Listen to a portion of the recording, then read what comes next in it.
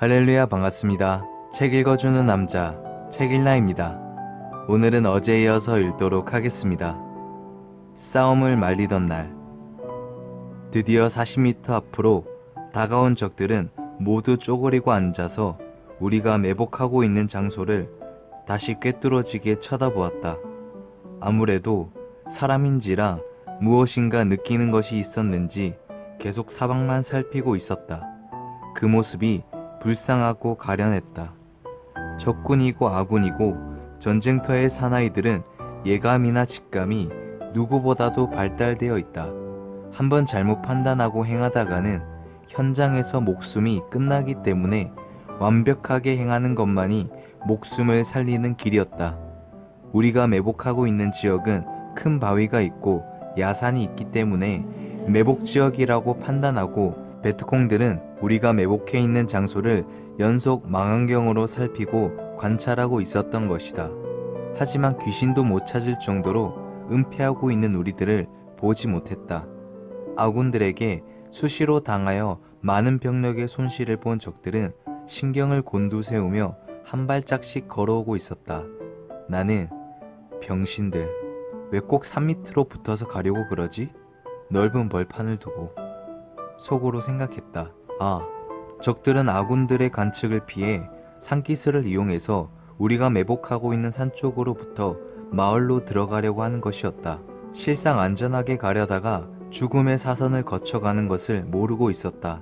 사람 몰라서 죽고 몰라서 실패하고 몰라서 다치니 아는 것이 능력이고 전능이구나. 하나님은 다 아시기 때문에 전지전능하다고 하는구나. 인간도 알고 산다면 신이다. 그러면 그 얼마나 모든 것이 이상적일까? 아는 것이 복, 아는 것이 신의 축복이다. 하고 깨달았다. 사람이 전쟁터에서 뿐만 아니라 모든 일을 하는 데에 완벽하게 행하지 않으면 실패요. 죽음까지 초래하게 된다. 그러니 아는 것이 얼마나 큰 일인지를 알아라. 하지만 인간이 어떤 상황을 아는 것도 육적 지식으로는 한계가 있다. 영적으로 신령하면 초능력적인 영감, 직감, 예감을 통해서 4차원 세계까지 꿰뚫어 볼 수 있는 것이다.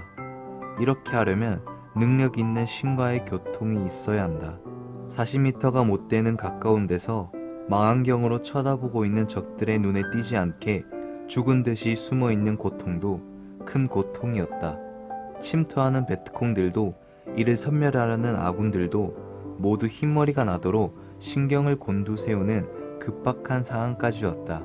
그들에게 우리들의 숨소리라도 들릴까, 눈 깜빡임이라도 들킬까 조심하며 그야말로 목숨을 다해 은폐했다.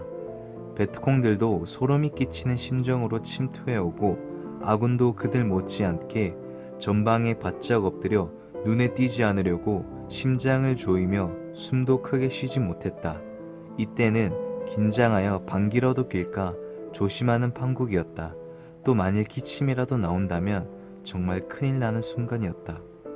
베트콩들은 망원경으로 이리저리 사방으로 관찰하고는 확인할 만큼 확인했다는 듯이 다시 허리를 구부리고 우리 소대가 매복하고 있는 쪽을 향해 마지막 사선을 걸어오고 있었다.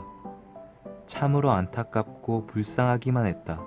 저들도 그리운 부모, 형제들이 있고 사랑하는 애인들이 있을 텐데 하고 생각하니 너무도 가련하고 마음이 아팠다. 또한 예전에 차이산 수색작전을 나가 총을 겨눈 베트콩과 맞닥뜨렸을 때 사랑하라는 하나님의 음성을 듣고 행해 적도 살리고 나도 살았던 기적의 사연이 떠올랐다. 그때 베트콩을 포로로 잡으면서 죽이지 않겠다고 약속했는데 이후 한 상관이 크레모아를 터뜨려 죽였기에 나는 두고두고 양심의 가책을 느꼈었다.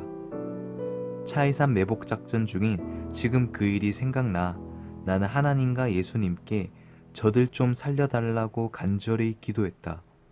이때 내가 사람을 죽이느냐? 너희들이 사람을 죽이니 살려주려면 너희가 살려줘야지 하는 영음이 들렸다. 어떻게 살리면 되는지 살릴 방법이 없느냐고 기도했다.